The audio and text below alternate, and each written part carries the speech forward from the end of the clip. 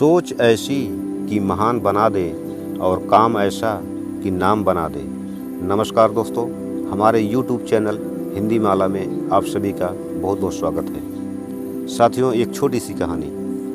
एक दुकान पर शाम के वक्त एक ग्राहक आया और दुकानदार से बोला, भाई साहब हमें कुछ सामान की आवश्यकता है। तो दुकानदार ने उस ग्राहक से बोला, भाई साहब आपको क्या सामान चाहिए? तो ग्राहक ने दुकानदार से कुछ सामान के नाम बताए और वह दुकानदार उस ग्राहक से कहा कि भाई साहब ये सारा सामान आप उस सामने वाली दुकान से जाकर ले लें। तो उसकी बात सुनकर ग्राहक को बड़ा आश्चर्य हुआ और उसने सोचा कि सामान रहते हुए भी हमें सामान नहीं मिल रहा है। तो वह उसकी बात सुनकर सामने वाली दुकान पर गया और वहाँ से सारा सामान लेकर फिर उसी दुकान पर वापस आया, यह जानने के लिए कि सामान रहते हुए वह सामान मुझे क्यों नहीं दिया। तो दुकानदार से वह ग्राहक बोला, भाई साहब यह सामान तो आपके पास भी था, तो आपने यह सामान मुझे देने से इनकार क्यों किया? तो वह दुकानदार उस ग्राहक से बड़ी इत्मीनान से बोला, भाई साहब सुबह से ही शाम तक इस दुकान पर कोई ग्राहक अभी तक नहीं आया, इसका अभी तक बोहनी भी नहीं हुआ है और हमारे दुकान पर कई ग्राहक आए और सामान लिए गए।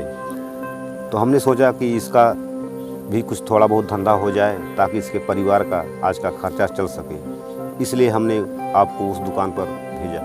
क्योंकि हम जानते हैं कि ग्राहक एक भगवान का रूप होता है और बड़ी मुश्किल से किसी दुकान पर आता है, तो इसीलिए हमने आपको उस दुकान पर भेजा। तो वह ग्राहक बड़ा इसकी बात सुनकर बड़ा खुश हुआ और बोला, भाई साहब आपकी सोच बहुत अच्छी है, क्योंकि ऐसा सभी दुकानदार नहीं सोचते कि आजकल तो यही होड़ रहती है कि किसी सामने वाला ग्राहक हमारी दुकान पर आए या उनकी दुकान पर नहीं जाए। तो यह एक ऐसी अच्छी बात थी दोस्तों। इस बात से आप कितना सहमत हैं?